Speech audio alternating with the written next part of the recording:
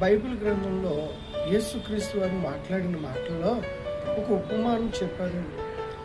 లూకా సువార్త 15వ అధ్యాయంలో 11వ వచనంలో నుంచి 24వ వచనం వరకు చూసినట్లయితే తప్పిపోయిన కుమారుడు కోసం ఒక ఉపమానం ఉంది. అయితే ఈ ఉపమానంలో కొన్ని విషయాలు ఏంటంటే, మొదట తనలో ఒక ఆశ పుట్టిందని లోకం మీద.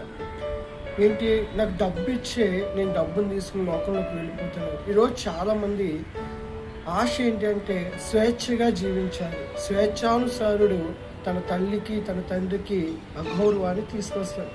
అది వచ్చి మనం ఏంటి అంటే దేవుని చిత్తానుసారమైన బిడ్డలుగా ఉండాలి తప్ప లోకానుసారంగాను మన ఇష్టానుసారంగా మనం ఎప్పటికీ కూడా జీవించకూడదు. అయితే ఇంకో విషయం అక్కడ ఏంటి అంటే, ఎప్పుడైతే కరువు అనేది అక్కడ వచ్చిందో తన దగ్గర ఉన్న డబ్బు కానీ ఏది తన స్నేహితులు కానీ ఎవరు కూడా అతనితో లేరు.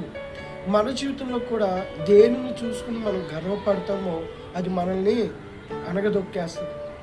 ఎప్పుడైతే దాన్ని అంతటిని విడిచిపెట్టేసి దేవుని యందు భయభక్తులు కలిగి మనం ఉంటామో మనల్ని దేవుడే కాపాడుతాడు. కరువు సమయంలో కావచ్చు, కష్ట సమయంలో కావచ్చు, నష్ట సమయంలో కావచ్చు, మన ప్రభు అయిన యేసుక్రీస్తు వారు నిత్యము ఆదరించే దేవుడు, కనికరించే దేవుడు. ఆయన వంటి దేవుడు ఎవరు లేరని మనం కూడా కొన్నిసార్లు తెలుసుకోవాలి.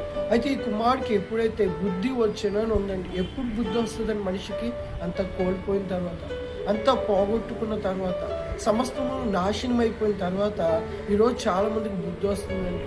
ఇదిగో అయ్యో అలా చేసి ఉండకూడాల్సిందే, నేను అలా వెళ్ళకుండా ఉండవలసిందే, అలాంటి వ్యక్తులతో తిరగకుండా ఉండాల్సిందే అని ఎప్పుడు బాధపడతామండి? అంత పోగొట్టుకున్నా.